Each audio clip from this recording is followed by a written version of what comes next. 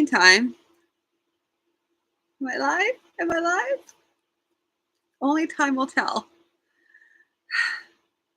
Hi, everybody. I'm back again, and my name is Beth Wagner, and I am currently reading my dad's manuscript. At this point, if you have not tuned in before, and this is your first time tuning in, you are not going to understand anything. We are past the halfway point of the story, so please go back and watch the other watch the rest of the shows, because otherwise you're really not going to understand what's going on. I'm about to have some drama happen because I have 3 cats, and 2 of them do not get along. And one doesn't like it when I stream, so she refuses to be in the room. She's trying to leave now, but the other cat is right outside the door. So if you hear yowling, screaming, and cussing, that is from my furry roommates that I may have to shoo off. All the adventures happening off camera right now. Guys. There's tail switching. If you know cats, this is a problem. Anyway, yeah, this is kind of my night tonight.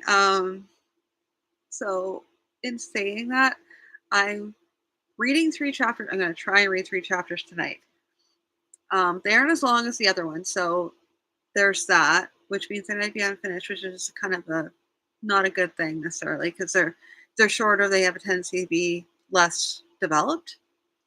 That's been my experience in reading my dad's work. Couple that with, I did something to my back today, so I had to take painkillers.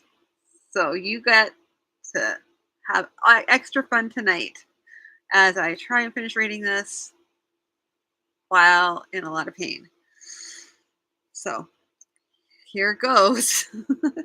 The name of the story is called The Dance of 100,000 Steps, and I'm currently going to be trying to get through chapters 11, 12, and 13, which means that tomorrow night, barring any unforeseen difficulties, I will spend extra time doing a 5-chapter night.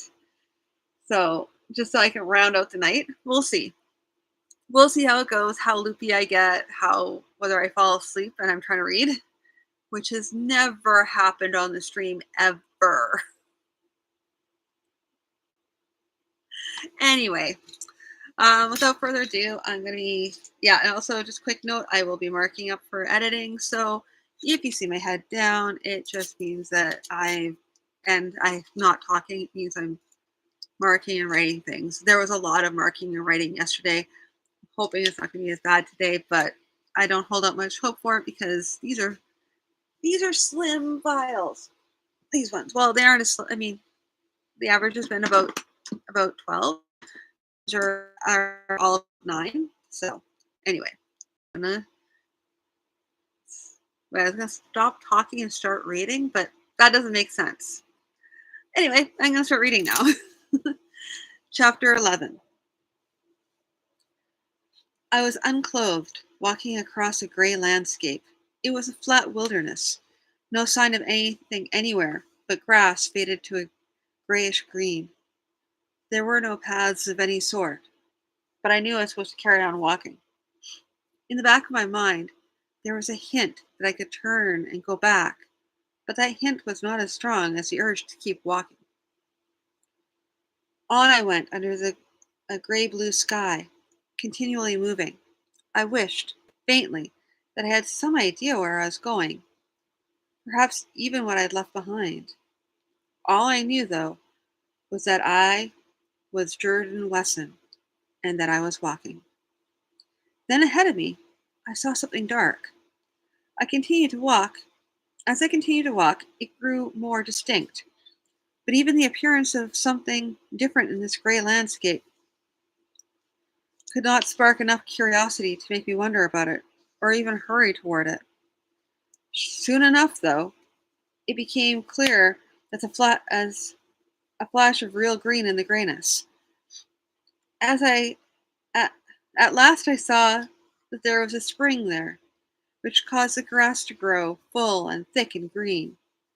This was curious, though not only enough to make my mind really what it should be. There was someone standing by the spring, too, another unusual thing in this so changeless landscape. As I grew closer, I saw that it was Kali, and that she was as unclothed as I, and smiling. The big thought that there were things I might go back to increased, but still the urge to go on pressed me. Stop here a moment, Jerry, she said. You can go back. There are things to go back to. When she said that, I felt certain there were, though I couldn't name one. She took my right hand in her left and set it on her breast. Stop here, Jerry, she said. I stopped and raised my left hand to her waist. Oh my God. Okay. A moment later, we were making love in the green grass gently, but with no less intensity for all that.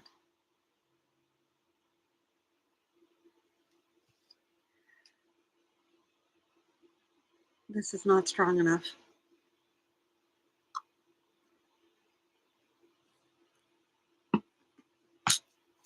I will talk about this later, but some of this is,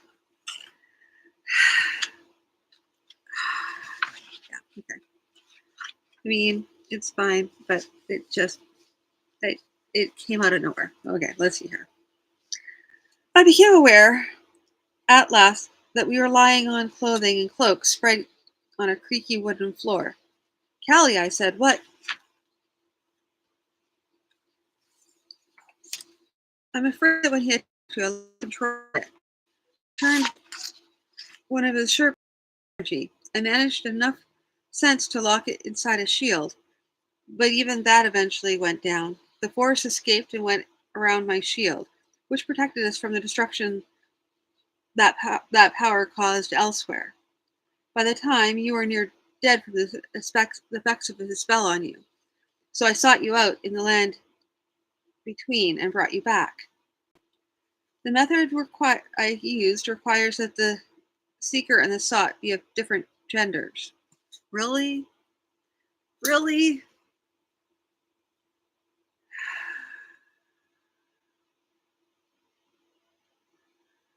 Okay. Wow. Yeah. The method requires a agent. It also works best if both parties are unclothed and the result is not predictable. Oh, boy. It just, I, oh man.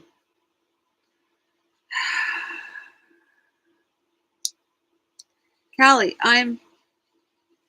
she laid two firm fingers on my lips.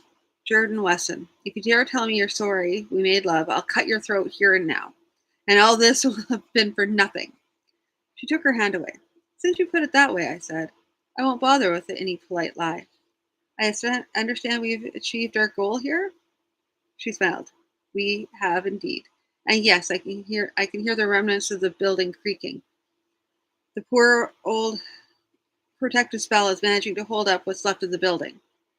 Sorry, what's left of the building immediately around us. But I think we best move as soon as we are able. I lost track of what was going on last time. But I think I left off on a cliffhanger, and boy, I managed to grin back at her. Even at the risk of my life, I must declare that it doesn't seem quite right to be scrambling into my clothes to make an escape after making love. Don't you worry. I fully expect to have time and leisure sometime in the future to enjoy things properly.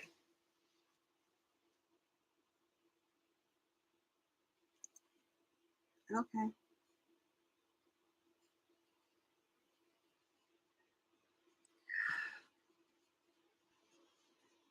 We managed to save ourselves, our clothing, and our packs.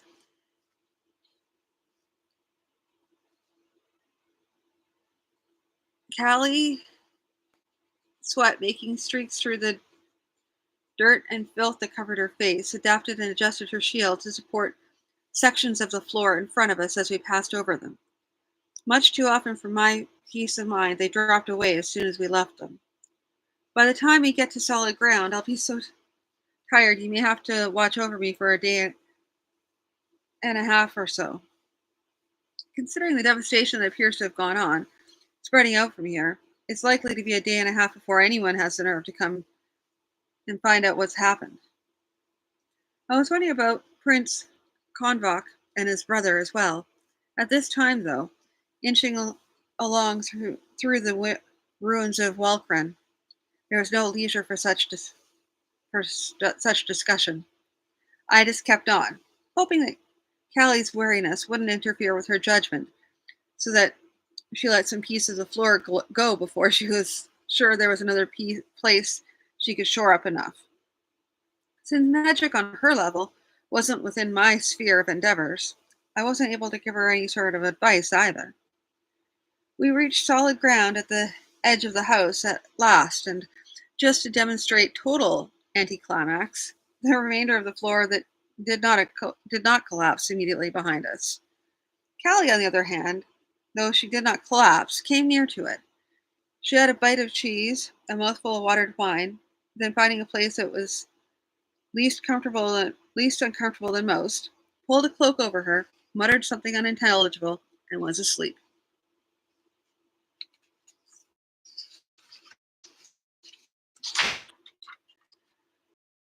Investigating this area soon, I maintained as much alertness as possible. It seemed that near death had some effect on my physical condition. I was not quite so strong as I had been. On the other hand, I seemed to have more ability in the mental and spiritual aspects of the dance.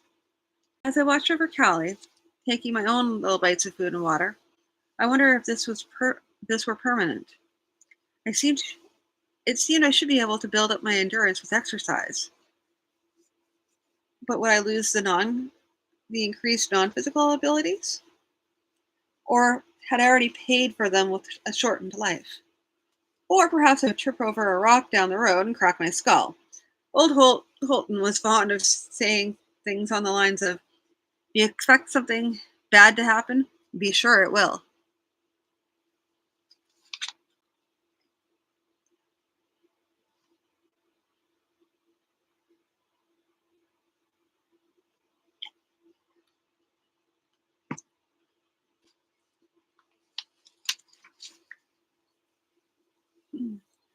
I went searching around the nearer parts of the ruins, being careful to avoid cords around us, each one leading to something that would make a little click when disturbed, just enough to alert me.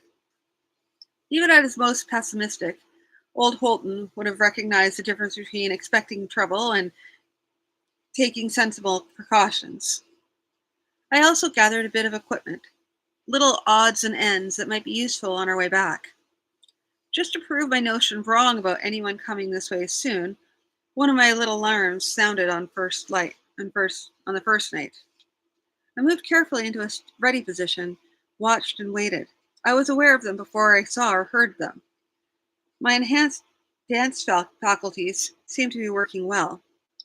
Not that I recommend the method by which the enhancement seemed to come about. There were altogether too many possibilities of not getting it quite right.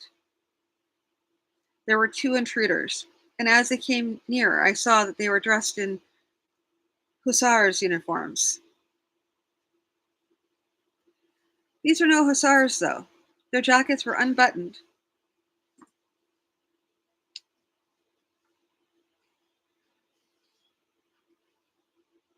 and they both had to roll up their sleeves to be able to use the swords, which they held in a fashion that clearly said they had no experience with weapons. The caps were overlarge and kept riding down over their eyebrows. My impression was that they wore the caps for the look of it, not realizing or perhaps ignoring the fact that the caps might be dangerous to them. I moved quickly before they were aware of me. I thrust one of them through the throat, recovered and thrust again. The second man back fast. Cavalry boots made him where the hat had time to. He stumbled on something in the ruin and went down. Before he could rise again, I thrust once more, and he was done. I stopped and remained silent then. There might be more pseudo hussars around about. Even if there were not, there might be other people, singly or in groups, in the neighborhood. Sorry, singly or in groups in the neighborhood.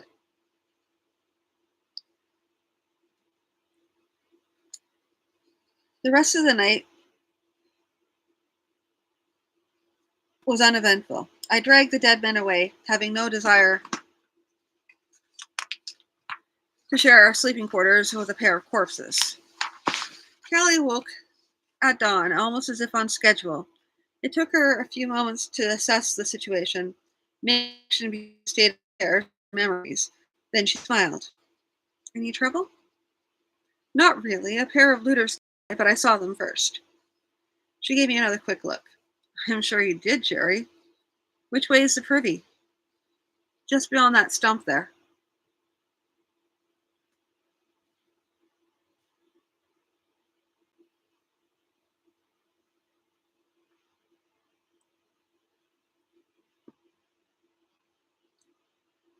Shortly thereafter, we were on our way. I'd already investigated the possibility of horses, but the stables had not survived. Though not terribly maudlin about animals, I regretted that the beasts had gotten up in a disaster not of their had gotten caught up in a disaster not of their making.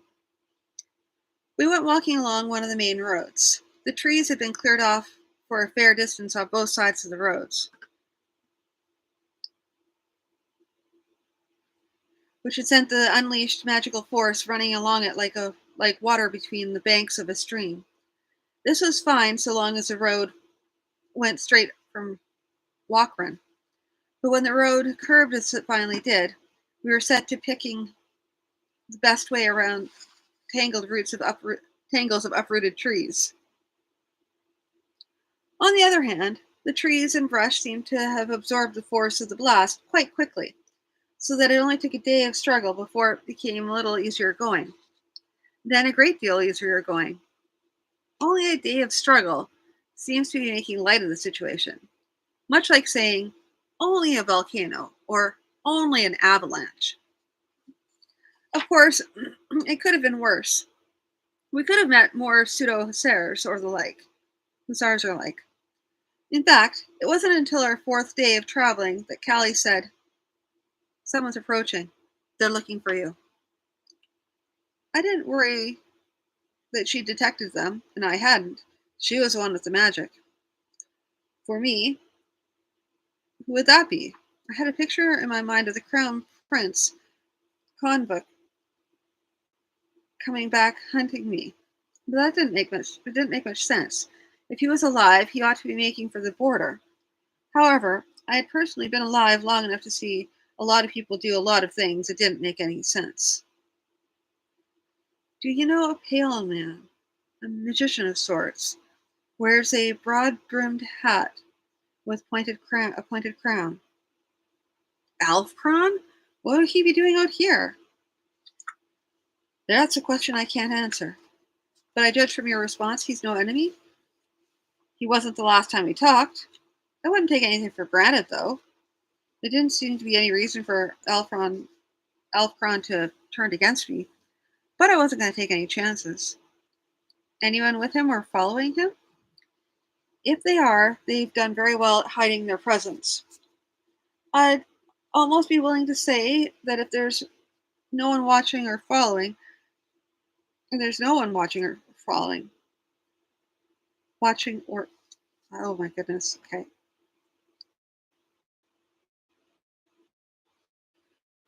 But I'm not going to claim infallibility.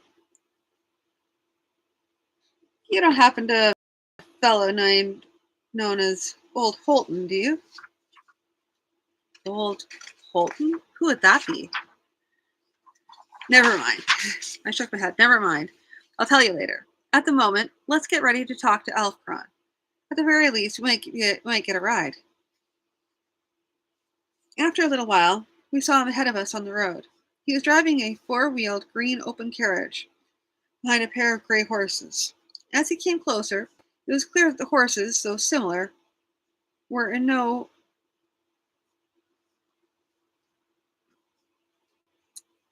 way in no way a matched pair, nor was his carriage in anything near excellent condition. First made me. It's the sort of thing that would not attract attention from any but the most desperate of bandits. He pulled his team to a stop in front of us, smiling broadly. Well, now, the other day there was such a burst of magic power that anyone with any pretension of magic must have felt it. Being a curious sort, I scryed around carefully, and who should I see at the center of things but my employer? I gave careful attention to his state and decided that he would appreciate some help. So I gathered a few things together, and here I am.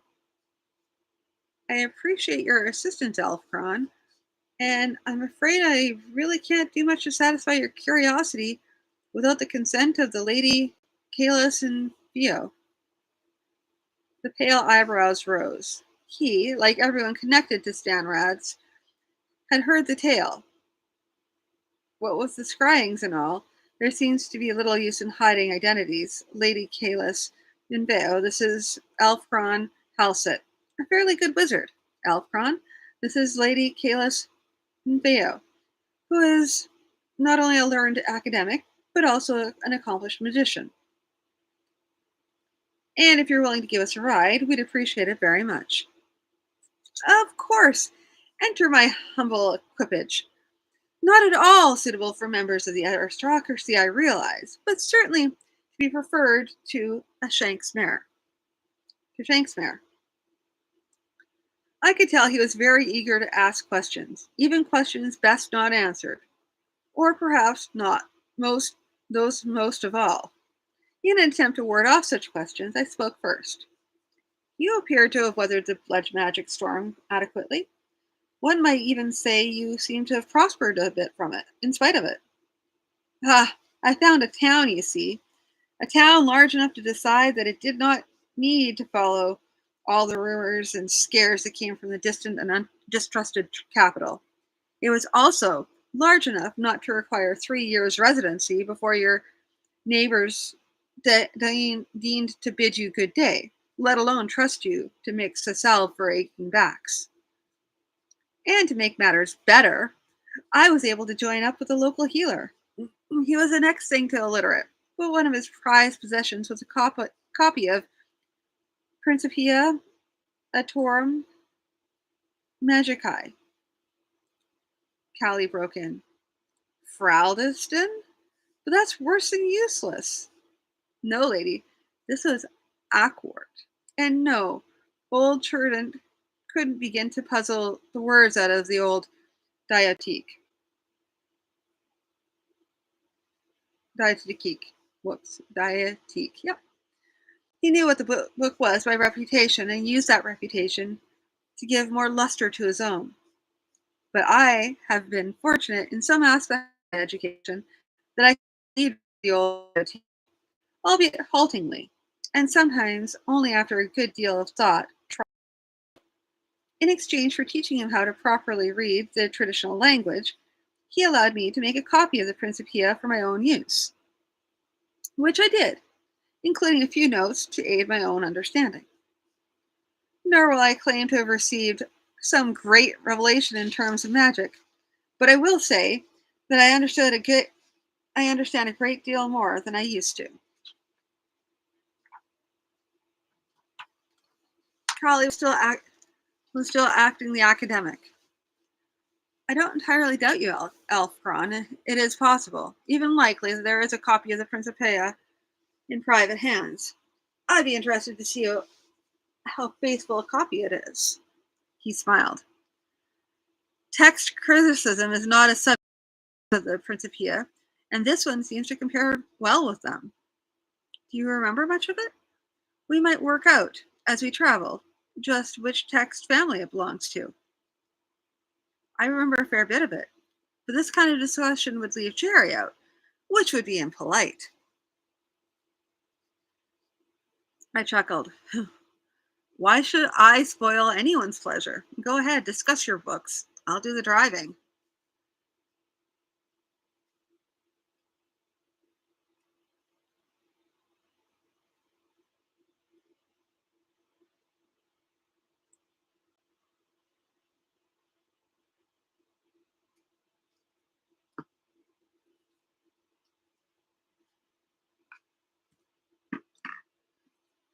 The road back was quicker. We were no longer dodging soldiers, and we could stay on the main road with impunity.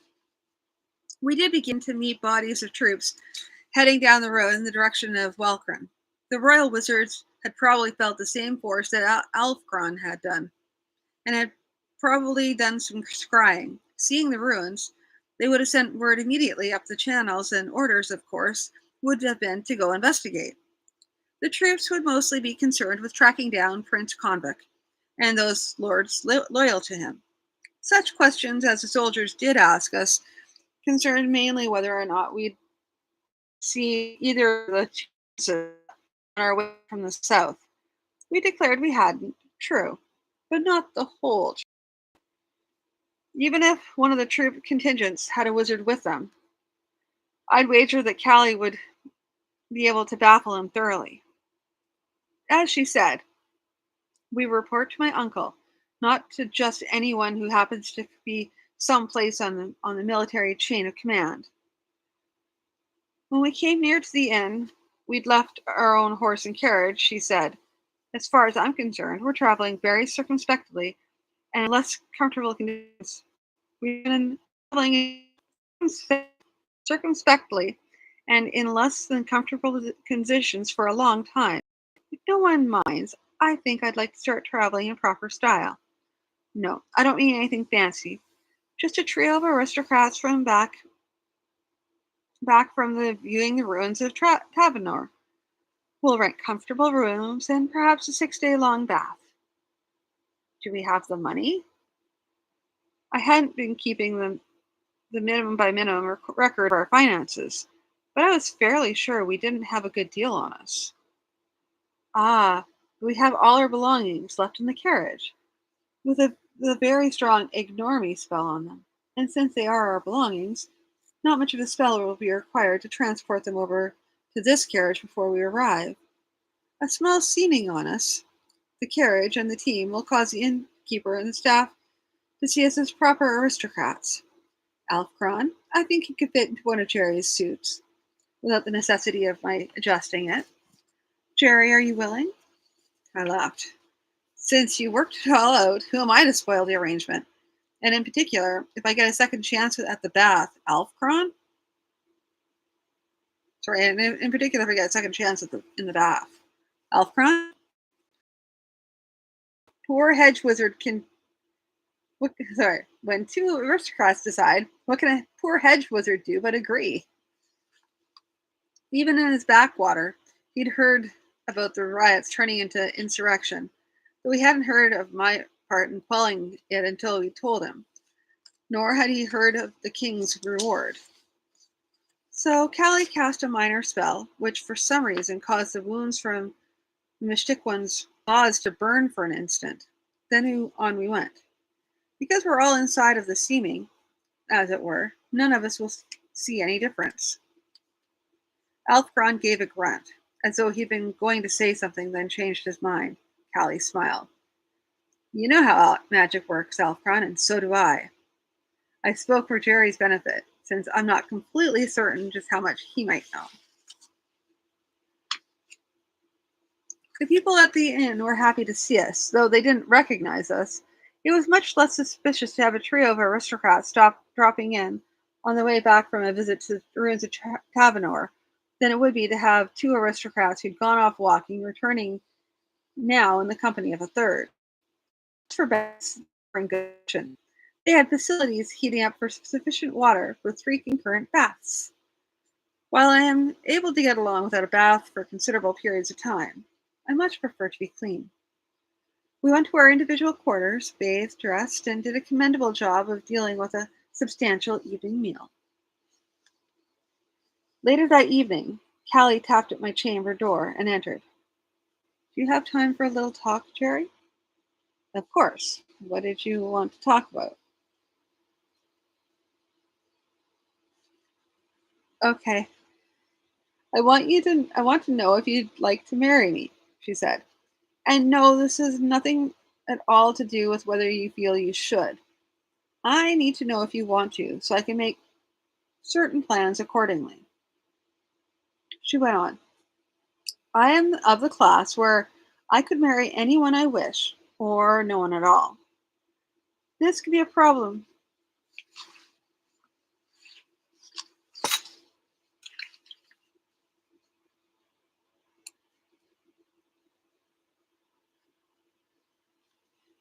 This could be a problem for you since you could expect to endure petty insults for regarding your reasons for marrying me. I held up a hand. Just a moment, Callie. I think the major question is, do you want to marry me? I almost get the impression that you want to, but that you're looking for reasons not to, which is confusing me.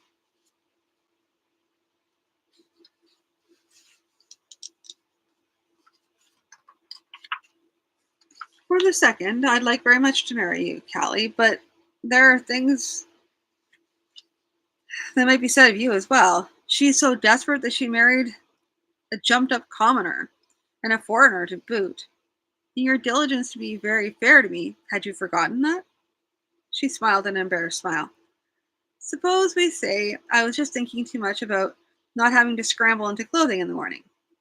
I think we'd best restrain ourselves until the wedding.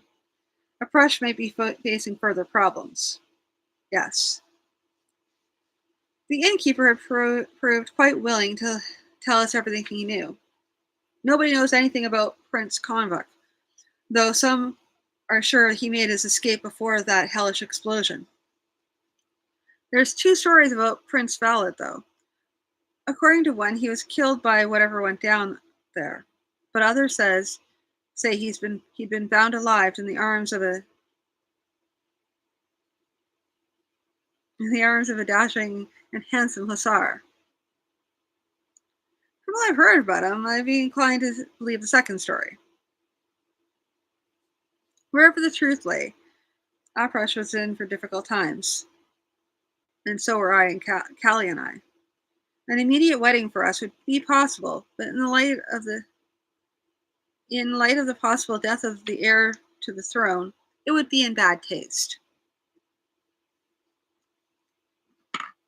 I mean, okay. We set off again in the morning, traveling in the manner of aristocrats who have been off to see the sights and have seen and experienced a little more than they intended. We moved in a straight line as the roads permitted, back toward Storden. We picked up more news along the way. It seemed more and more likely that Prince Valid had survived. The dashing hussar was not part of the story, depending on the whim of the teller of the tale. According to rumor, Prince, Prince Convoc had also survived and was setting up headquarters in Freyant, or possibly Brigantia. I suspected that lack of reliable news of his death meant the pretenders would trouble the rule of oppressed kings for ages. There was even more exciting news. A traveling merchant we met on the way told us in Freyant that the common people have overthrown the king, the aristocracy, and all. I've heard that no few aristocrats joined the insurrection, hoping to take control of the situation, or at least survive. Playing the part of a young aristocrat, I said, Hell and black demons, they'll make a mess of things. They ruin anything, let alone a nation. They say people were more enraged at the functionalities and bureaucrats, people they saw to be upholding the laws and rules of the regime that the people found so oppressive. More violent groups seized power, though, in various waves and purged the ranks. A few aristocrats still survived, but only by having attached themselves to the right man. I might have said, had I not been a proper young aristocrat, that I'd seen it all coming. but that would be overstating the case. I'd known there was trouble on the way in France, but even I was surprised at the going what? At the thoroughgoing extent of it all. I don't even know. That whole sentence just nope. Or sorry, sentence fragment. There we go. Even better.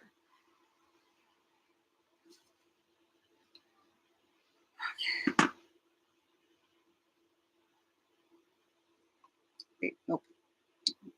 Nope.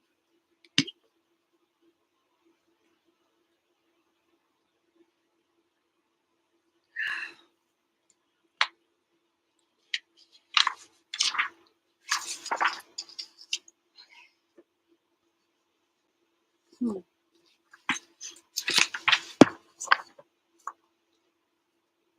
Chapter 12.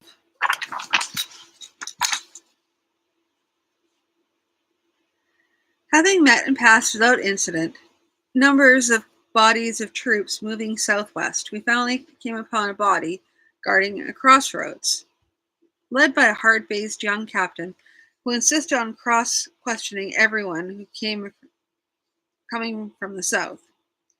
The captain declared that everyone was to be held and questioned. After all, the blasted rebel had no few nobles in his following. Callie sighed. I have a letter back, Captain, signed by Val that we answer to none but him and the king. You'll have to hold us, of course, while you send the letter along the chain of command and receive word back. You'll benefit by using all dispatch. You'll benefit by using all dispatch. He looked at the letter and at her. His eyes went to the influential name and seal, then back to us. This group of people coming from the direction where the blasted rebel had his headquarters. It needed no mind reading ability to know that his head was filled with the possibility of more and deeper plots and treasons. He was of the upper class himself, or he'd scarcely have a commission, let alone that of a captain. I had faith, though, that he would pass everything up the chain of command, seeing to it that his name was affixed. That if in some way that way, if some treason were uncovered, his alertness would be in part responsible. If we were on the up and up, however, he would be responsible for facilitating our passage.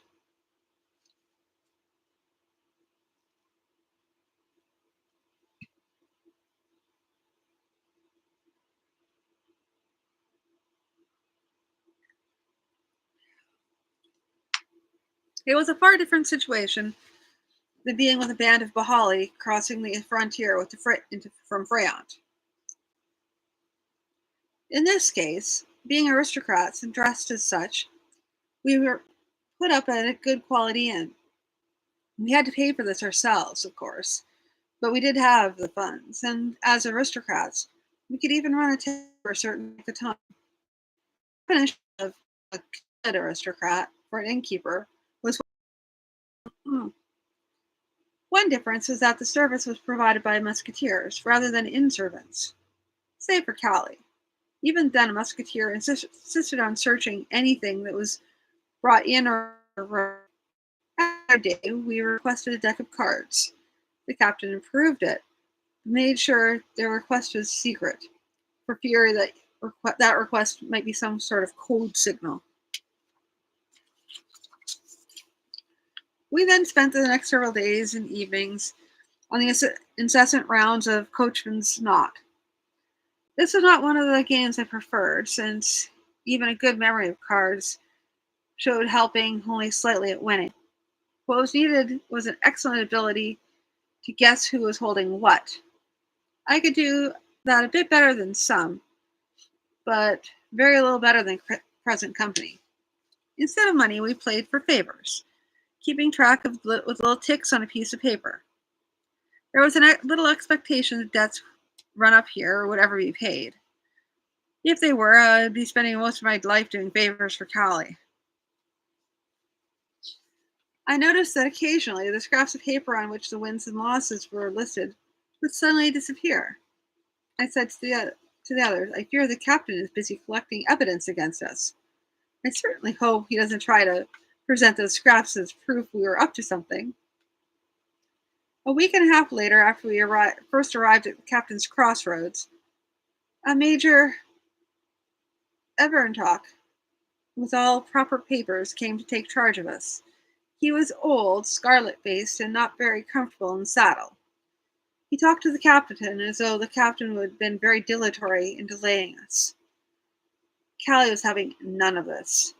Major Everntalk, she declared. Captain Poriel carried on out his duties with such great care and dispatch, and has shown us nothing but greatest respect and courtesy while we've been in his charge. I shall be telling my uncle Beltcad Turnhand that, and I suggest you do the same in your report. He looked at her and nodded, being intelligent enough not to fight a battle he had no hope of winning.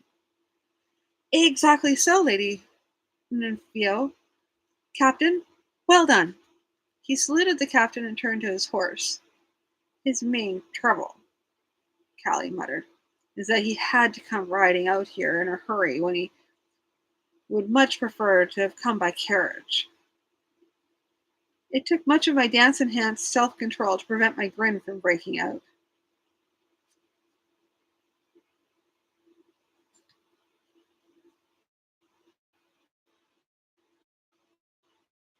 The rest of the trip to Frostradren fell.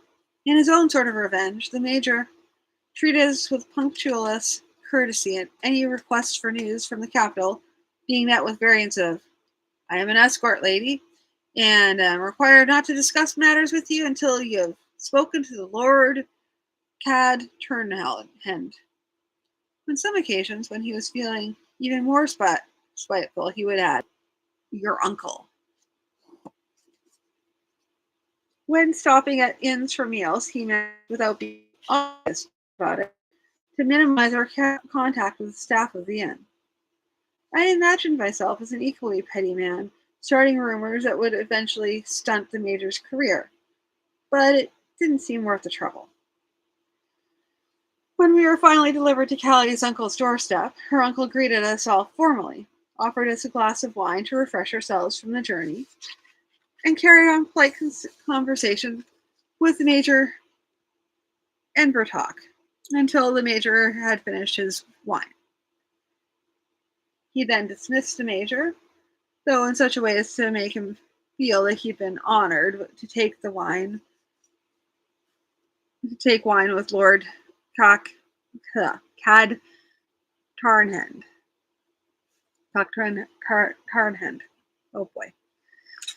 He then greeted us effusively, including Elfcron, though it was clear he wished to know more about this person and what part he might have played in our adventures. Shall I assume from the great fuss down the southward that you are the successful, my dear? We believe so, Uncle Vault. Good, good. Let us call for more refreshments, and we can discuss the matter more comfortably. We sat down together, with a tall, slender, solemn young secretary to take notes. Uncle Vault glanced at Alfcron.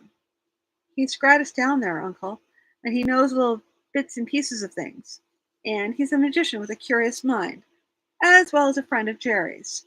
If we keep him out of it, he'll just go out looking on his own. Hmm. So long as he realizes that what he hears in this room must go no further. I actually think that Alfcron at that point would have left the room on his own, but he understood that such an action would make him seem dangerous, and dangerous to a very played person. He nodded without saying anything. Callie and I went through a summary of the trip, including mention of our meeting with Prince Valid, and the more vigorous meeting with the Crown Prince. We then spoke of the destruction of Valdorif, with any mention of near death and return from near death skimmed over. After a questioning session that clarified some of the more important events, Uncle Vault nodded his acceptance. He then turned to his secretary. Put all put that all out in a fair hand, and bring it for my signature. 2 copies to make sure that all notes are burned and ashes stirred. Yes, Lord. The young man bowed and gathered all his materials and left the room. When he had gone, Uncle Vault turned to us. Matters are in a fluster here. There are no reliable rumors as to the whereabouts or even the life or death of Crown Prince Convict. The king is taken to his bed, not the least because the younger son, Ballad, has indeed survived.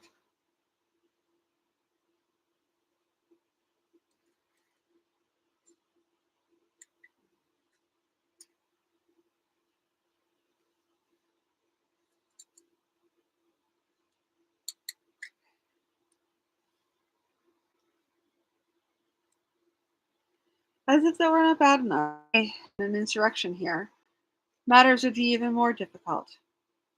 There is more pressure for the king to set up a real council, to advise the king and sometimes take action on its own. We had such councils in the past, though. Invariably, kings were set to weakening them, gathering power in their own hands. King Caldark is leaning towards allowing such a council, not so much for himself, whom as to shore up the rule of his son, Valid, whom he sees as weak. You will be taking part in this, uncle? Better be taking part of the circle than outside, making futile noises while the house collapses. And if I'm indeed a part of it, I shall need your help. Yes, yours too, young Jordan. Me? I'm a jumped up commoner, and a foreigner to boot. Oh my. Okay.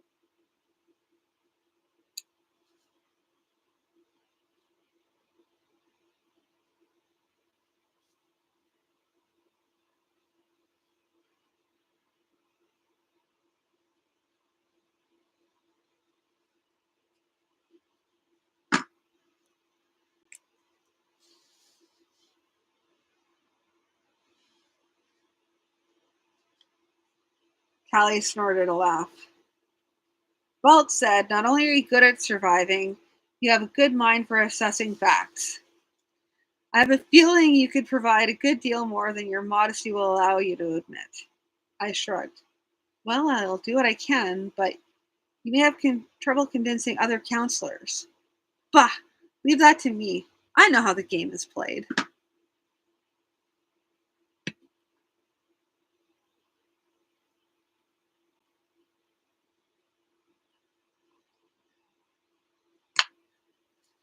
Shortly thereafter, Elfcron took his leave.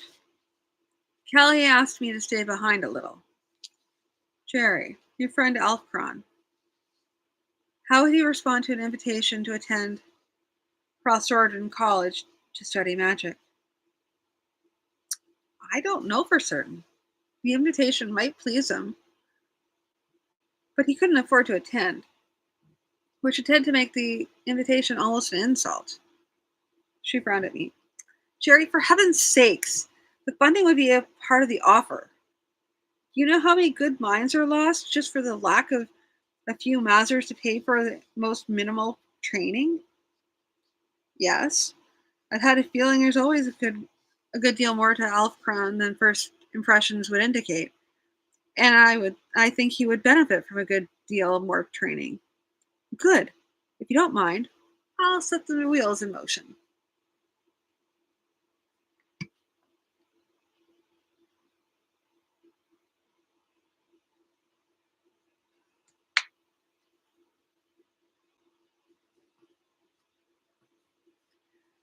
The initial payment to Stanrod's had enabled Kondar to take care of more demanding creditors. He was smiling when I came in. The rumor's gone around that we've been paying off some of our overdue bills. That's given us a little more space to dealing with the rest. Good. And there'll be another payment coming in from the same source. Don't spend all of it on the creditors. If we can do some moderate expansion, it might do us better in the long run. He nodded. So were you? So sorry. So where were you? Anything to do with that fuss down south? I shook my head. Sorry. I promised not to tell anyone. He frowned at that.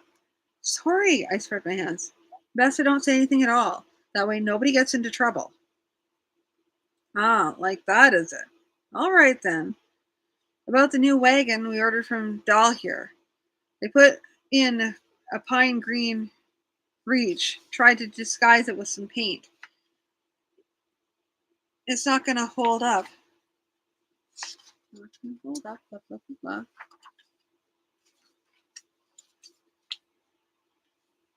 It's not going to hold up very long.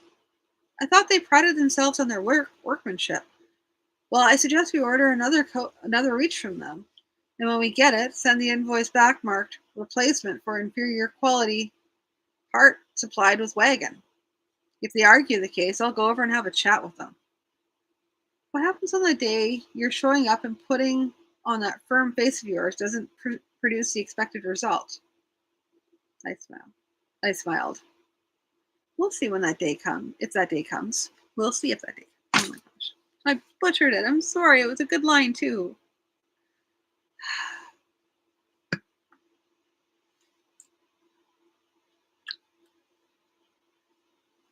It was beginning to look as though Stanrad's might just survive.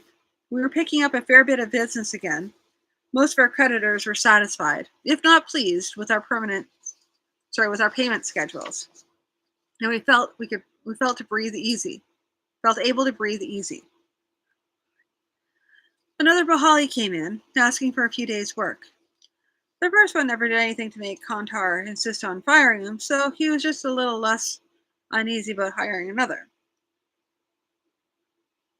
The Brotherhood is no longer welcome in Freyant, he told us, though the towns well away from the great cities.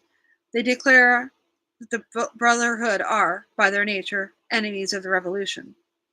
He smiled lazily. It appears the revolution has become a living creature, devouring all who do not bow down to it quickly enough. I said nothing. I was an aristocrat, and therefore supposedly on the side of the ruling classes. On the other hand, I'd been close enough to the lower classes to know how much resentment was bottled up there. Give them the notion that they might successfully turn the whole situation upside down, and what might happen?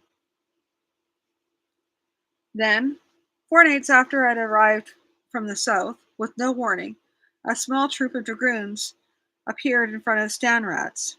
Not only that, they were royal dragoons, the sort who provided special escorts to people invited to meet members of the royal family. It may be added they were also the ones to arrest aristocrats on a royal warrant. The Lieutenant, Lord Jordan Wesson, you were there immediately before His Highness Prince Valad to discuss certain matters regarding the royal household. Well, the wording was innocuous. Nothing about appearing to explain words or deeds, which would have been more serious. Certainly, Lieutenant. Allow me to saddle my horse. I didn't bother asking the lieutenant what it was about. He wouldn't know. Someone just gave him a piece of paper and the order to go find Jordan Weston at Stanrod's Carthage and bring him in. We went through a back entrance of the palace and through several corridors. We did not go to any public audience rooms, but rather to a small chamber in the rear where private meetings were held. I knew the room we were headed for because there were 2 guards standing outside it. One of them opened the door to let me in, and inside was a man seated behind a plain table with 2 more guards flanking him. Prince Valad smiled at me, a rather grim smile. Aha, it is indeed you. Can you explain your recent behavior? And I think I need not declare what behavior I refer to. Highness, the only explanation I can give is that the task I was given did not involve you at all. I was there to prevent Valdriff from giving a weapon of immense power into the hands of your brother. And since you were there, you evidently witnessed the power blast. You will understand why the priorities were set as they were. Well, no, it's not understandable from his point of view that he should be left to his own devices to survive, or not, as the chance dictated. But by putting it as I did, I just might be able to nudge him along to something closer to acceptance. He frowned at me. So many things seemed expected of me as prince, even at the time when my so favored brother was still accepted as heir, and considered so much better a choice than I. And this power you speak of, this power blew down a stone stable, leaving me alive only because of a couple of ceiling timbers which prevented me from being crushed in the ruin of my superior brother's stable. So, with no help from yourself or companion, I dug my way free and escaped amid the general confusion. I understand that you severely wounded my brother. Could you not have made sure of him, I wonder? I shrugged. Highness, the same reasons that precluded me from seeing to your personal safety also precluded me from taking responsibility to execute your brother for treason, a charge that had not yet been laid at that time. At the time, I drew a breath. I will say, though, that I am happy you survived, Highness. His nostrils flared. I liked you better when you were making no attempt to curry favor. Was not currying favor, Highness. You can imagine the state the land would be in with no clear heir to the throne. He's chaos, eh? You don't fear much, do you? Fear is one thing. Letting fear masters oneself is quite another, Highness. Indeed.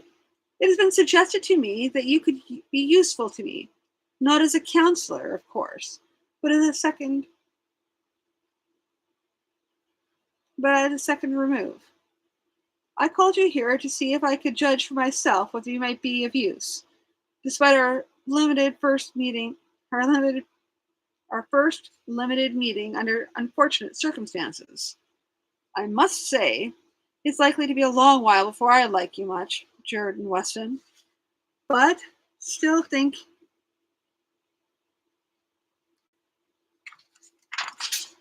but I still think you can be useful, if you're willing to serve, that is. I bowed. I'm willing, Highness. Another long look. Good, then. You most likely realize that you'll be getting another award for my dear father, quite likely from me, deputizing for my father. And I'll do it, though I won't personally be happy. Another jumped up commoner, Highness? What's this term? Why does it have to always be this? Certainly, we can use other terminology here. Sorry. Ah. He stared at me for a moment before comprehension. He stared at me for a moment before comprehension showed in his face. Ha! Nothing like being born younger brother to a crown prince to be able to see the true value of hereditary aristocracy. If a person has anything close to a decent intelligence, he comes to see that an accident of birth has made all the difference. He is raised to be a fine, upstanding young man and to support his brother. His brother is raised and trained to rule. Well, one doesn't want to train the younger brother too well, does one? He might try to supplant his older brother. But the younger brother comes to realize eventually that if his older brother is, for instance, brought home from one of his hunts with a broken neck, then he, the non-entity, will suddenly become the important and popular man his brother was. For the jealousy of very nobles, but has nothing to do with the feelings I harbor toward you. What I hold against you is having to dig my way out of the wreck of my brother's stable. But I assure you that I will not be looking for some excuse to charge you and have you executed. You may go.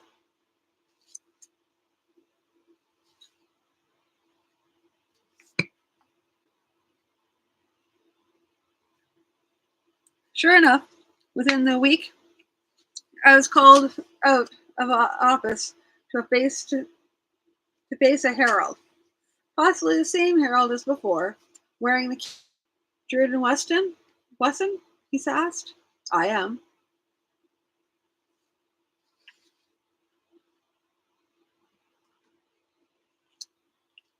He had little trouble making the small scroll in his hand stay unrolled. He had a little trouble making the small scroll in his hand stay unrolled. Jordan Wesson, you are requested and desired to present yourself to the king on the date of 22 Gideon. I understand. Scroll rolled itself back up, almost losing it in the process, then handed it to me. I present you with this, then, in the king's name. I took it, and he and his escort were off. There wasn't much concern among the people of Stanrads this time. The last time this had happened, it ended up well.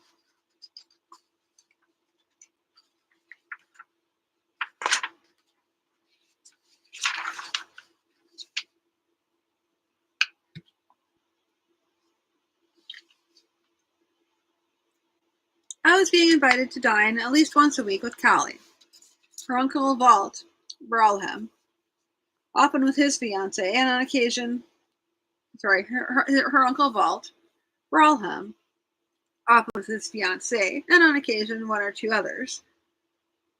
No one said so, but I thought these others being picked for their ability to deal comfortably with an aristocrat of common birth, and likely to pass on favorable reports of the experience as well.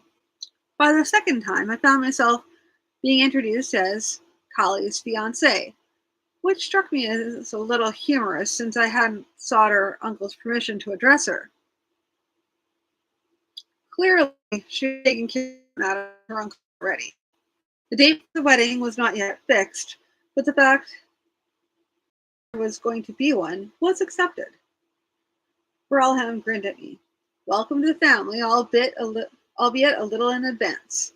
I always thought Callie would be a special kind of man to be able to at least stay even with her. From the look of you, you might just manage. It's going to be a challenge for certain. But now you're getting another reward. The king thing? Not likely. Prince Valad is going to be doing the awarding, and he'll do what he can to keep it from being too much. He doesn't like the fact that we considered his life to be secondary to the main task, and to be truthful, he barely survived.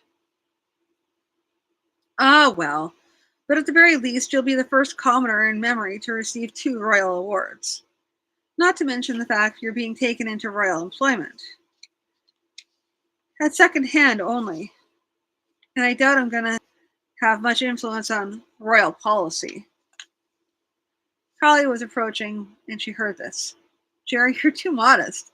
If you extend yourself, you could have much more influence than you think. And make myself a target for every noble with a grudge? It's going to be bad enough already. All I wanted was to be left in peace to run my company. Peace? Do you actually think there's going to be much peace for anyone in the near future? The nobles are all for marching on Freya's throne. I understand that the word for is occasionally full of rhetoric about their duty being to march in their names, with their armies and spread the rule by the commons to the world. Yes, I said, speaking as I rarely did, without first thinking carefully. But right now, Afresh is still suffering from the results of our own insurrection. Nor are the French sufficiently organized to think of a war of conquest. Jerry, not everyone, particularly not every statesman, is infallibly moved by what is the most sensible course to take. Which was true altogether.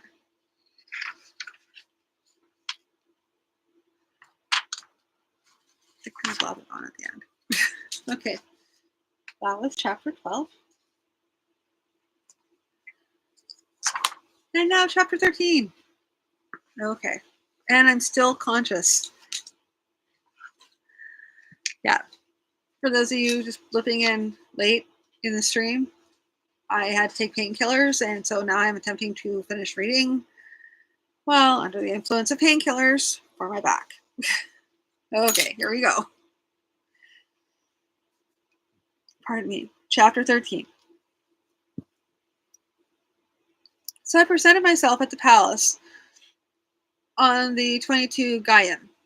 This time I knew what to expect. The king was not present. We were told he was resting. The rumors had it he was either dying or being kept alive by heroic efforts of magicians and healers, or dead, but the authorities were afraid to let that be known for fear of causing unrest. The prince looked impressive in his robes of state. He kept his face expressionless. during he kept his face expressionless during the ceremony, which didn't bother me much. I knew he wasn't happy with me, and I knew why. I also knew that there wasn't much I could do about it. Once again, the herald called out, "Jordan Wesson, stand forth and approach." My escort nudged me, as he had last time, but it wasn't necessary. I stepped forward and knelt. The prince's voice was firm. "Jordan Wesson, for services rendered to the kingdom of Efresh, I endow with you the title and privilege of Baron of Dyflum. In token of this, I give you with this rod, a symbol of your right, under your sovereign, to administer justice among those under you." He paused. "If you apply to my counselor, you will be informed as to the exact area and rents of this land. You may go." This time I was steered away to a different chamber, where I was met by the chancellor, a stiff old man who made no effort to hide his disapproval. "Yes, Baron of Dyflum. Yes, Dyflum is to the northeast of the capital. I have here a paper describing its boundaries. The rents come to 500 mazars annually. It has reverted to the king since the death of the last Baron of Dyflun, some 14 years ago. Herewith is also a royal note for the past 2 years' rents." He handed me some papers, then paused, looking at me with what was intended to be an awe-inspiring look.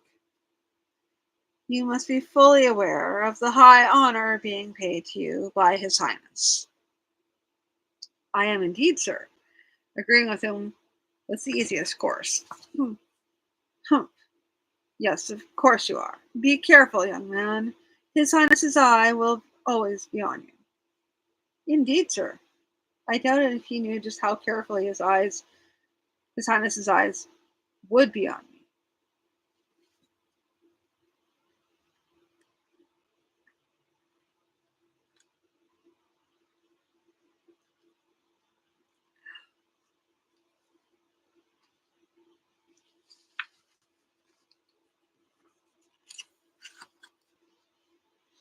About a week later, Alfcron appeared at Stanrad's again. Since I knew him, my people let him in to see me. He was changed. His hair was cut somewhat shorter, and he was wearing sober black clothing, including the soft round hat by students, worn by students. He was smiling. "You see before you, as by the grace of the Lady in Theo. I would never have believed there was so much left to learn." "Yes," I said. "I've been in similar situations." "You were in a college?" "No, but I started learning things in particular fields several times. There was always more to it than you thought at first." "I see. But I came to congratulate you. It appears you're not merely an aristocrat, but a baron, no less." I grinned. "It's not a rich duchy yet, Elfcron. Just a barony, and one on the edge of poverty as it is." So he says, but of course I am busy with my studies most days. However, if you should ever require the services of a magician, I am sure I could work for a baron, no matter how poverty stricken. Then he took some papers from his pocket and said, I have something here that I've been working on. Something that possibly might possibly interest you. Besides my magical studies, I've been working at some other things, particularly combinations of magic and mechanics. What I've designed is a horseless wagon, spell containers, then those power clocks, but once I've got it working right, I think you might find it useful. I took the papers, but felt it best to say, I'm not sure what I can do. We're pushing to stay alive using the old methods. I don't know that I can promise to take on something new. He didn't lose his smile. I'm not expecting you or anyone to switch over tomorrow to use something yet. All I want is for you to give it a fair look. Even have Kontar look it over and tell me what it might be missing. Kontar is less likely than I to want to try new things, but I think I owe it to you to give you all the help I can. That's short of promising to use it unless it looks feasible for us in our situation. That's all I can ask.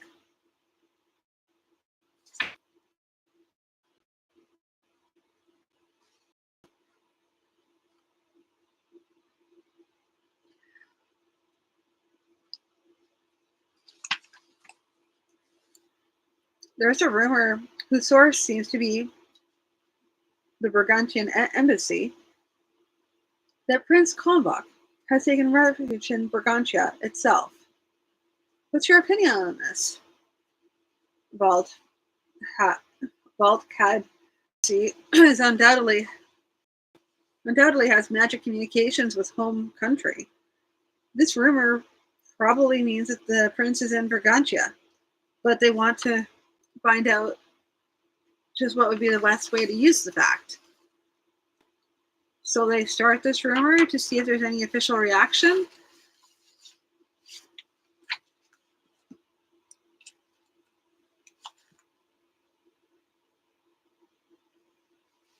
Then they make their official announcement.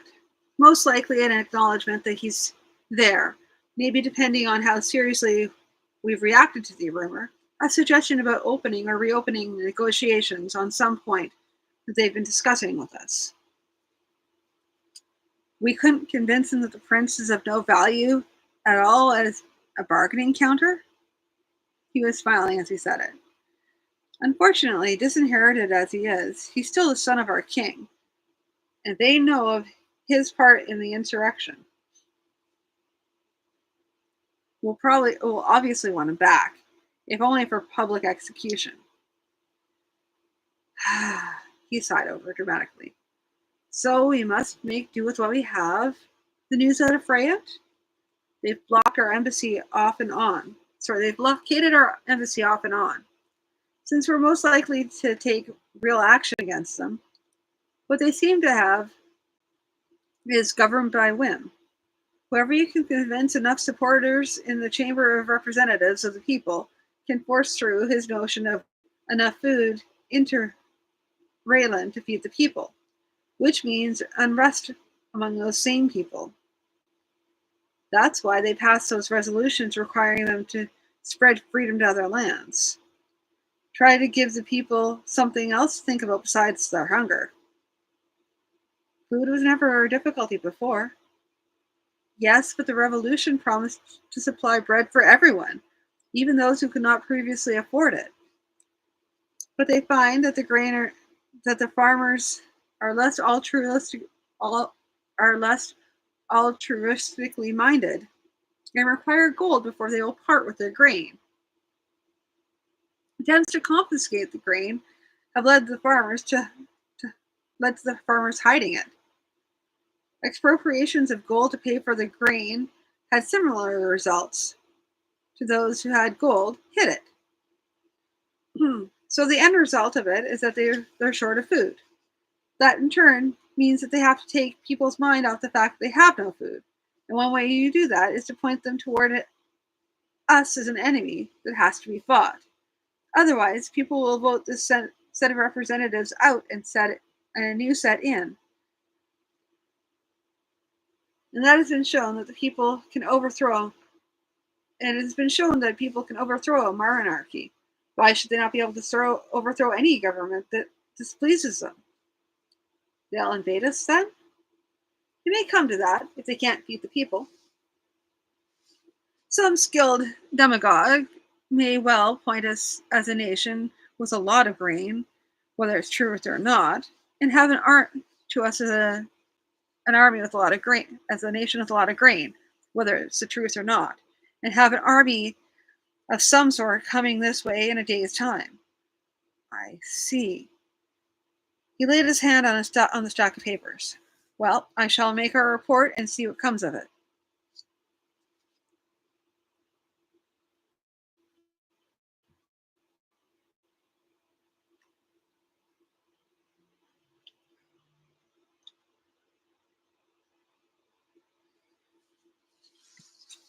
Magical communications allowed our spies in France to give us early warning of the fact that French troops were indeed marching toward the Ypres border. It appeared that the Universal Revolution Fraternity, for want of a better term, was in the ascendancy. In response, Ypres moved its own troops to concentrate at the border. Daily troop reports brought to light some disappointing facts.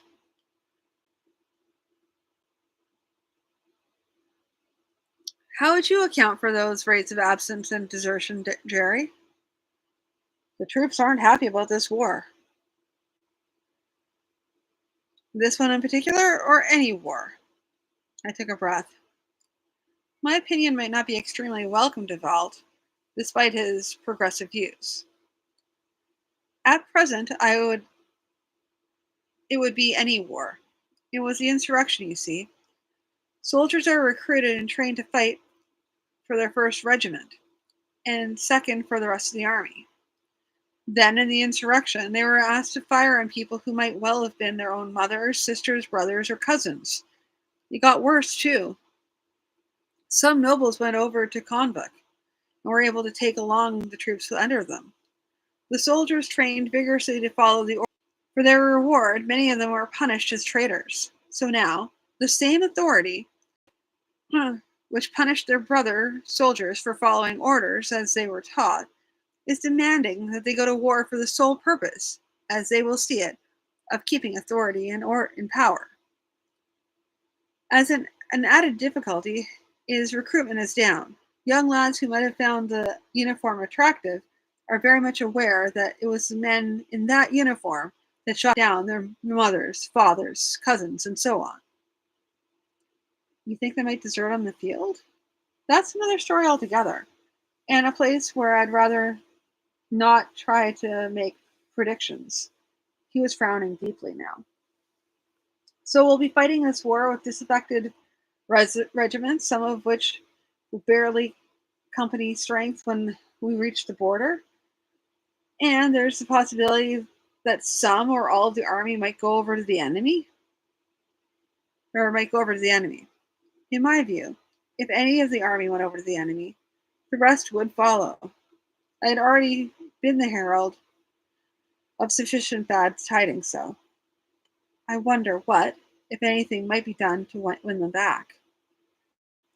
I suggest that any reforms taken now would simply prove to them that they had the power over their leaders. Not to mention that I doubt one could push any sort of major reform through at present when the country is in danger.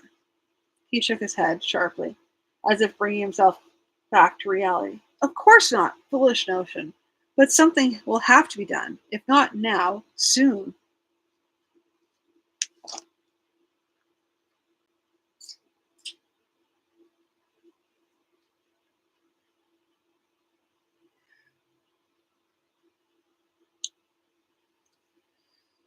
There were occasional balls and card parties and other functions going on, many of which I was not invited to. I didn't much care. though Callie was often offended on my account. The cad Alsacs, they're so nice and polite when they meet you at dinner here, and now they've left you out when they hold a ball to celebrate their oldest daughter's engagement. I have a good mind not to go myself. After all, they invited me and my fiance.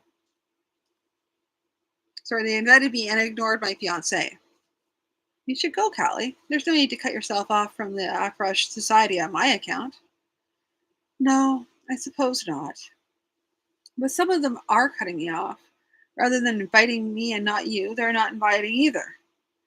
Hmm. Well, I suppose the thing to do is to cultivate the ones who accept both of us and ignore the rest.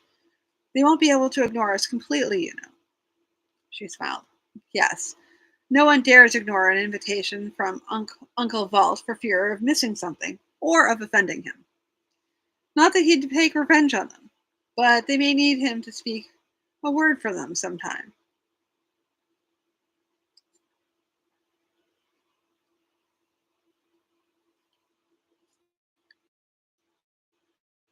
She was even more ferocious after Cad Alsac's ball. Tori Cad Alsac apologized for not inviting you. She was afraid that some people would refuse to come if you were there. She actually said that? It didn't seem likely. No, not quite. She said something silly about not. I have a good mind to cast a little spell on her daughter to grow a nice wart on her chin at the time of in time for the wedding. A, a very big and ugly one, of course. She chuckled. No, of course not. We academics are beyond the use of our abilities for petty revenge. Perhaps just a small wart. The height of her fury had passed. The whole thing did cause me to wonder a bit, though. I could survive general ostracism from the class I'd been promoted into. But what about Callie? Once we were wed, many invitations would stop coming, and since it was obvious what was happening when one invited the wife and not the husband, should I think about canceling the engagement? It didn't seem right to take that kind of response to the attitudes of some people, though.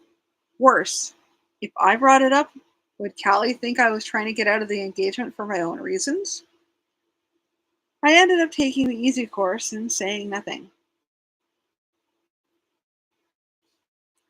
Initial reports of the Battle of these were unencouraging.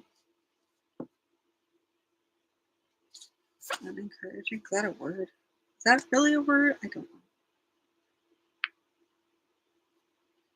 It doesn't appear that much battling went on, Galt said. The only consolation was that little was done on either side. Neither Prush nor French troops really wanted to fight. I don't think I've seen an after battle report where so many attacks were either not pressed home or carried out much too slowly. If we were to dig deeper, I wonder if we'd find some officers couldn't persuade their troops to move at all. He frowned. I wonder if it would be wise to dig that deep. With disaffection among our army already, would not that digging and the punishments that must follow it only deepen the dissatisfaction? All too possible, I shrugged. Best leave it to the commanders in the field and hope that they can deal with it, rather than have the heavy hand of headquarters falling on everyone. The battle was trumpeted forth in Hralstar in the Hralstorden Watcher as a great victory. It was technically a victory since our troops had stayed on the field while the enemy withdrew. Unfortunately, our troops were unwilling, actually, to follow up that victory, which deprived the victory of its meaning, much of its meaning. On the other side of the matter, the French army had proven itself barely capable of fighting a battle, and as incapable of carrying an attack home as our own. Good thing, too. but not one we could count on. More and more regular drilling, perhaps a general or two with the ability to inspire his men, and the situation might change next time.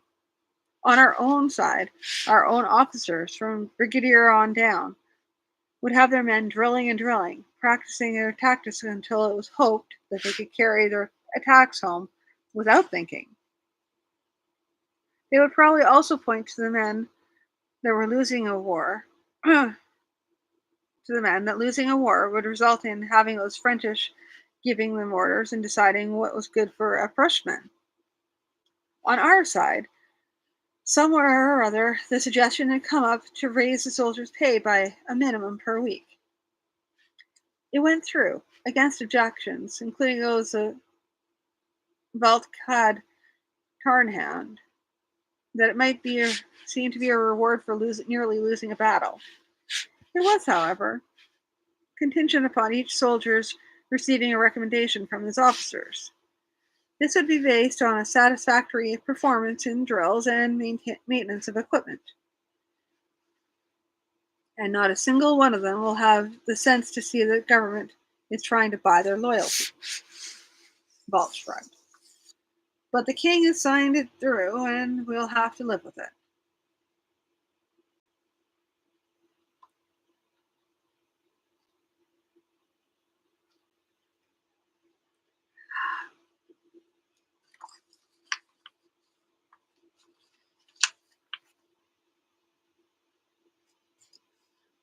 King Kaldark died at last.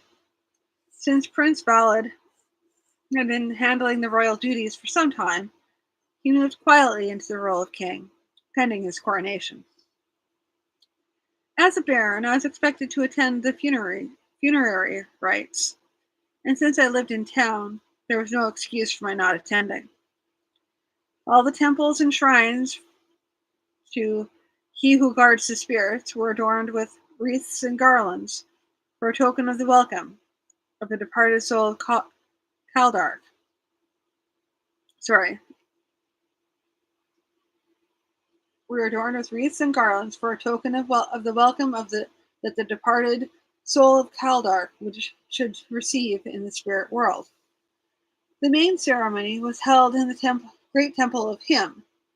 I understand that there are nations where his name is commonly used, but I prefer not to attract his attention, where all the most notables were present. I, with the mass of lesser nobles, attended what was sometimes referred to as a shadow ceremony in the Great Hall. A senior priest of Him went through essentially the same ritual that was going on in the temple. The cleansing of the body, for instance, was only simulated, as if the body on its bier were actually here with us in front of the senior priest in the hall, rather than off in the temple with the important people. However they arranged it, their timing was excellent. We came out of the great hall just in time to form up in order of precedence behind the cortege which took the body to the field of tombs. We walked bareheaded as a sign of our respect. A few of the older and infirm lords, by general permission, took carriages. The route of the cortege, I think it's cortege, I'm calling it cortege, went through through a portion of the lower city, so that the loyal citizens could have their opportunity to bid farewell to their king for the final time. I doubt if I were the only one to notice that such loyal citizens who were at their doors waited in sullen silence, as if waiting to be certain King Kaldark was dead. I also doubted that any of them felt that they would be any better off under the new king. At the field of tombs, gradual development of royal tombs was evident, from the little modest heaps of earlier times to the great artificial hills of more modern eras. With final prayers, the cortege was rolled into the tomb. My understanding was that in earlier days, a horse or two would have been killed and buried with the king, and in more barbaric times, one or two of his servants. In these days, however, we are much more progressive in our thinking, and such crudities are behind us. Once the cortege was wheeled in, each noble, in order of precedence again, put in a shovel of earth. After that, it was left to paid workmen to finish the matter. Again, as I understand, old royal burials used to be done by the king's circle of intimate nobility. In modern times, however, shoveling earth was not something that any noble did habitually. That sort of thing was beneath him. If they needed something dug or filled in, they called in a workman. They needed to take part, though, and thus is some symbolic shovelful. As we stood waiting for the burial to be finished, it began to rain. It was a fine, soft rain, and cold. By the time the burial was done, we were soaked. I heard several notions regarding the rain. The two most common were that the gods were weeping for the departed, or that the gods were weeping for the land, which suggested ill fortune for the future.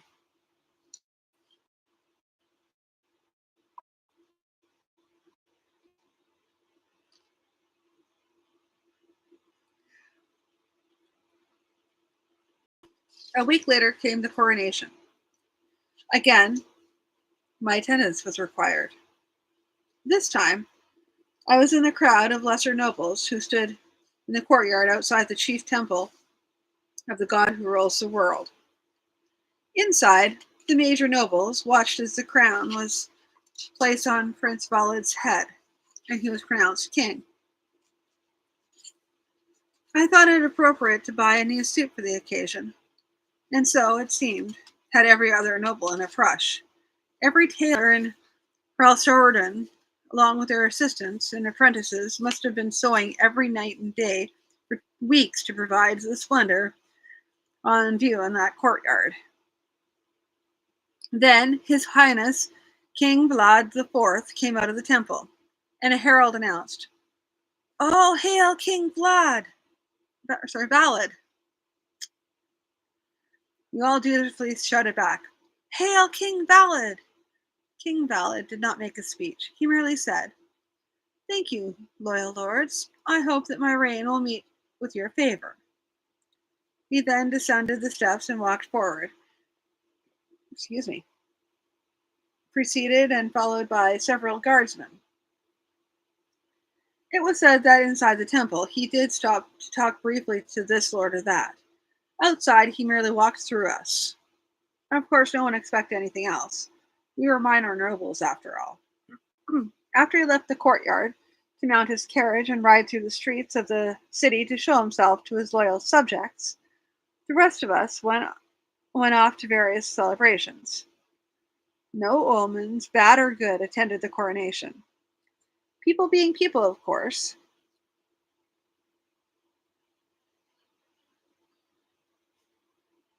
Ah,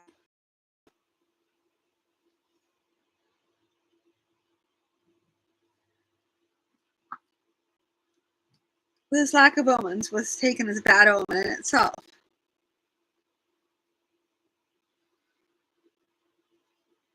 If the gods could not be bothered to send a sign, bad or good, could that portend anything favorable? As for the celebrations, even the Baron Cad Dyflun was not left to receive two classes of invitations. No are marked as such. Those who invited the Baron, myself, because they didn't care a rap for his origins, and those who were leery of offending Lord Cad Tarnhand, whose good offices they might conceivably need.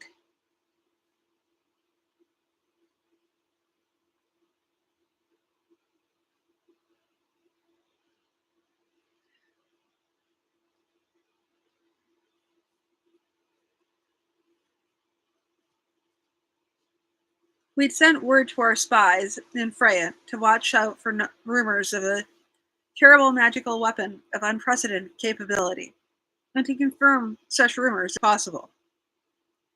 Finally, in the midst of coronation festivities, they managed to track down several rumors which seemed to have more behind them than imagination.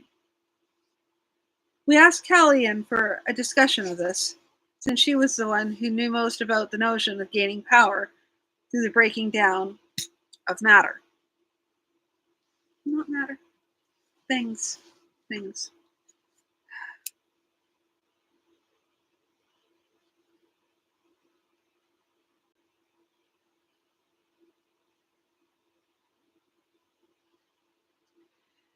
She was she was badly upset. How naive could I be? Spread the message so all the nations have it, and none dares use it. Rather, everyone races to be the first to perfect destructive capability, ignoring any constructive use to which it might have been put. Easy, my love, Walt said. You spend all your time blaming yourself, nothing useful gets done. How easy is this technique? Thought a moment. Once you train your mind to look at the matter in a certain way, not that difficult. What is more difficult is to be sure of limiting the amount of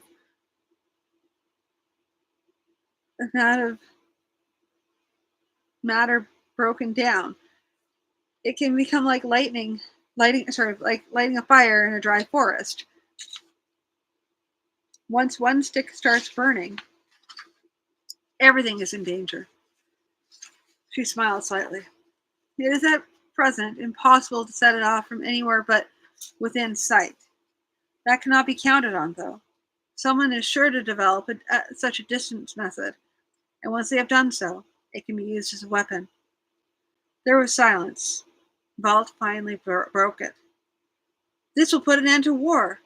This thing is so destructive, so terrible, the nations will take all measures to prevent going to war. I didn't say anything, but my own feeling was that nations would strive to make their own first attack so quick and deadly that the enemy would have no time to counterattack.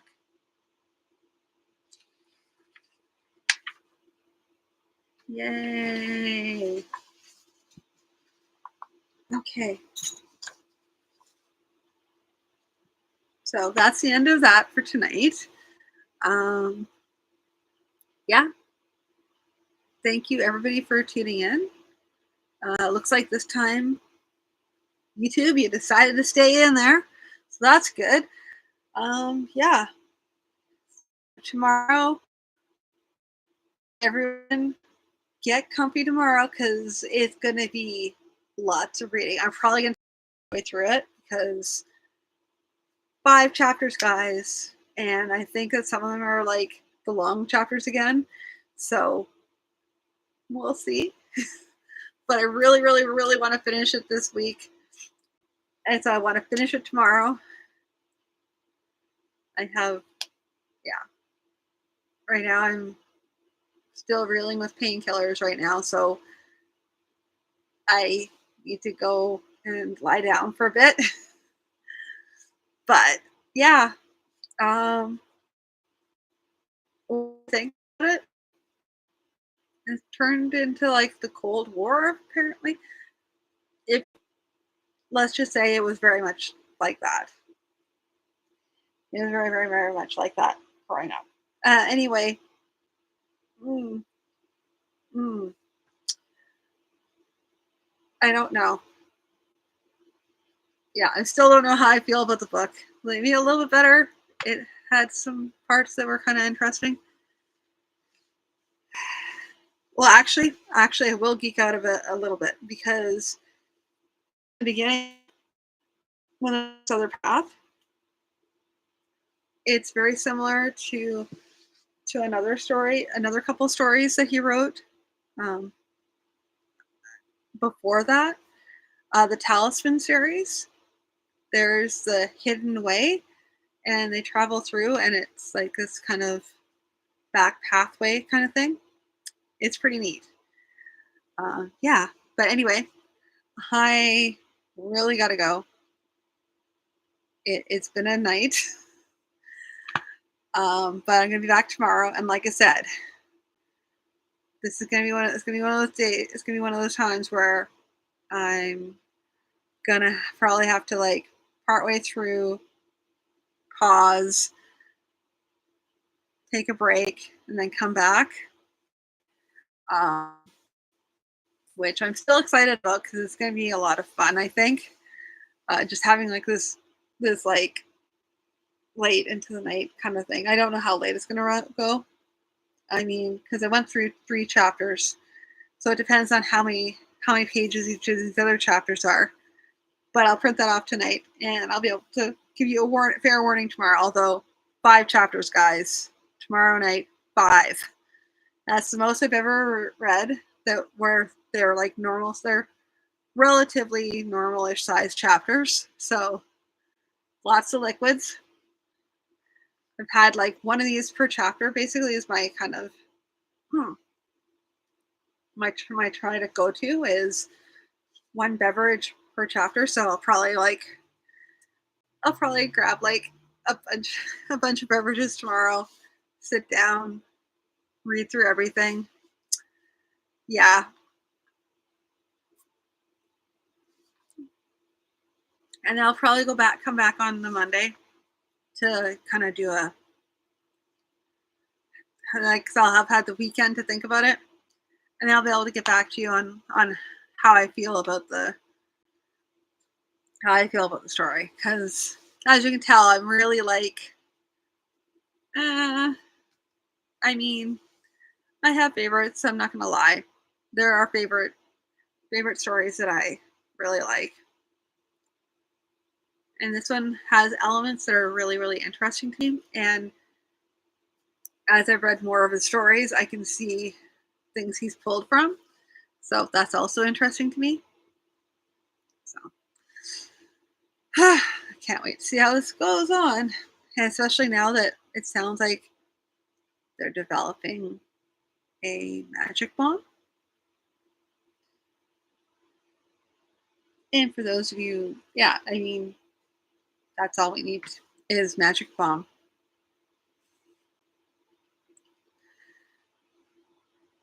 Is that what happens? I don't know. But we'll find out soon, tomorrow night. So thank you everybody for tuning in, and we'll talk to you tomorrow. Thanks. Bye.